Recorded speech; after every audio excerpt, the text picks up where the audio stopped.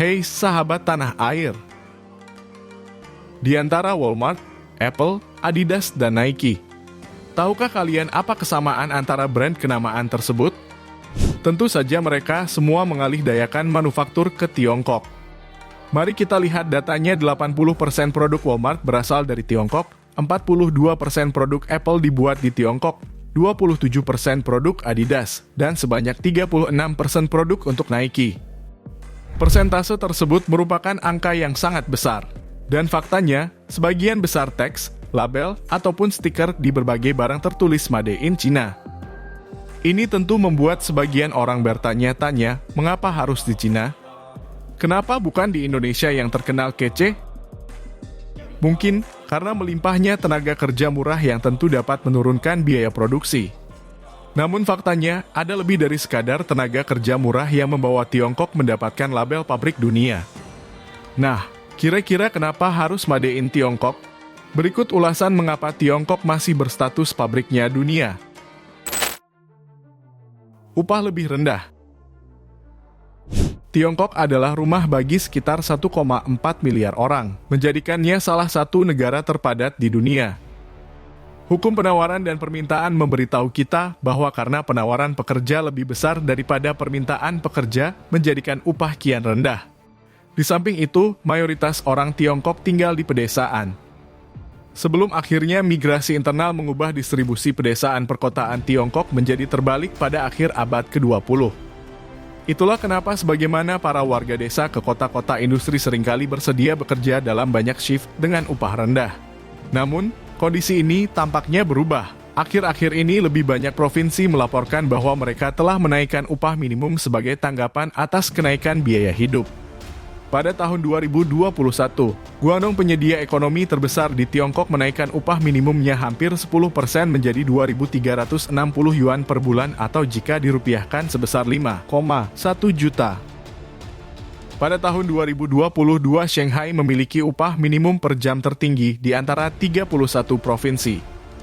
Sedangkan Beijing memiliki upah minimum per jam tertinggi. Kumpulan tenaga kerja yang sangat besar di Tiongkok membantu produksi dalam jumlah besar, mengakomodasi kebutuhan industri musiman apapun, hingga memenuhi jadwal permintaan yang tiba-tiba meningkat.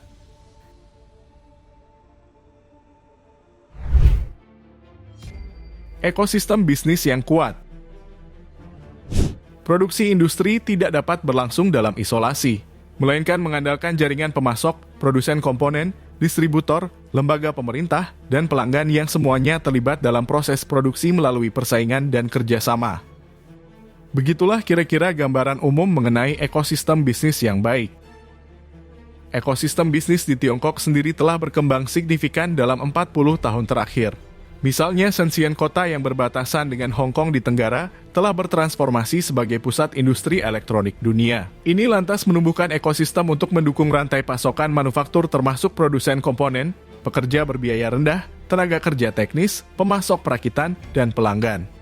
Banyak perusahaan besar dunia telah mengakui ekosistem bisnis di Tiongkok ini. Perusahaan Amerika seperti Apple misalnya, memanfaatkan efisiensi rantai pasokan Tiongkok untuk menjaga agar biaya produksi tetap rendah dan margin tetap tinggi.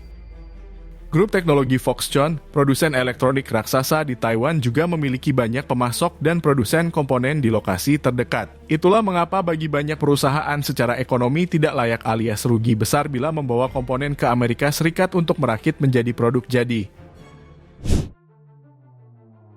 Pajak dan bea cukai yang rendah.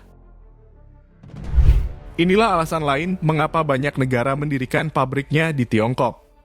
Kebijakan rabat pajak ekspor di Tiongkok diketahui dimulai pada tahun 1985 sebagai cara dan upaya untuk meningkatkan daya saing ekspornya dengan menghapuskan pajak berganda atas barang ekspor.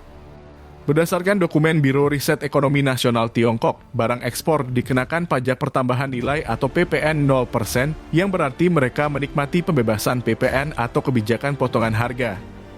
Selain itu, produk konsumen dari Tiongkok dibebaskan dari pajak impor. Tarif pajak yang lebih rendah ini membantu menjaga biaya produksi tetap rendah, memungkinkan negara menarik investor dan perusahaan yang ingin memproduksi barang murah. Praktik mata uang yang kompetitif. Beberapa tahun terakhir, Tiongkok telah dituduh secara artifisial menekan nilai yuan untuk memberikan keunggulan ekspornya terhadap barang serupa yang diproduksi oleh pesaingnya Amerika Serikat. Tiongkok memang menjadi negara yang mampu menentang dominasi dolar sejak ekonominya terus melesat. Sejak awal tahun 2000-an, negeri tirai bambu terus memeriksa apresiasi yuan dengan membeli dolar dan menjual yuan. Menurut laporan Perbendaharaan Pemerintah Federal Australia, pada tahun 2005 yuan pernah mengalami undervalued sebesar 30% terhadap dolar. Pada tahun 2017 yuan terupresiasi 8% terhadap dolar. Hal tersebut, sebagaimana dalam pemberitaan CNBC, merupakan langkah yang menurut para ahli terjadi usai mantan Presiden Amerika Serikat Donald Trump mengancam akan melabeli Tiongkok sebagai manipulator mata uang. Namun, tren tersebut berbalik, dan yuan melemah terhadap dolar sejak Juni 2018 atau ketika AS menggunakan tarif pada barang-barang Tiongkok. Kelonggaran terhadap aturan dan undang-undang. Manufaktur di Barat diharapkan mematuhi pedoman dasar tertentu, terutama terkait dengan pekerjaan anak, tenaga kerja paksa, normal kesehatan dan keselamatan, undang-undang pengupahan, hingga perlindungan lingkungan. Sementara pabrik-pabrik di Tiongkok dikenal tidak terlalu ketat mengikuti sebagian besar undang-undang dan pedoman tersebut. Secara historis, pabrik-pabrik Tiongkok telah mempekerjakan anak, memiliki jam kerja yang panjang, dan belum memberikan asuransi kompensasi kepada para pekerja. Meski sudah jarang, beberapa pabrik bahkan pernah memiliki kebijakan di mana para pekerja dibayar setahun sekali, sebuah strategi agar mereka tidak berhenti sebelum tahun berakhir.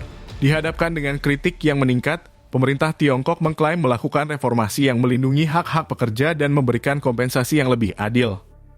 Namun, kepatuhan terhadap peraturan di banyak industri rendah dan perubahan berjalan lambat. Selain itu, undang-undang perlindungan lingkungan secara rutin diabaikan. Mungkin pabrik-pabrik Tiongkok tidak perlu mengeluarkan biaya lebih untuk pengelolaan limbah, meski secara moral tidak baik terhadap alam dan terkesan tidak manusiawi. Faktanya, inilah alasan yang tetap membuat Tiongkok tidak henti-hentinya memproduksi. Seperti yang kita ingat pada Juli 2018 perang dagang terjadi antara Tiongkok dan AS. Pemerintahan Trump mengumumkan tarif khusus Tiongkok dengan menargetkan sekitar 818 produk impor Tiongkok senilai 34 miliar dolar Amerika Serikat. Ini adalah yang pertama dari banyak putaran tarif yang diberlakukan kedua negara. Nah, sangat terlihat bagaimana dan betapa kuatnya persaingan kedua negara ini, terutama bagi Tiongkok. Setelah mengetahui fakta-fakta barusan, bukankah terasa wajar jika kian banyak barang yang diproduksi di Cina? Terima kasih.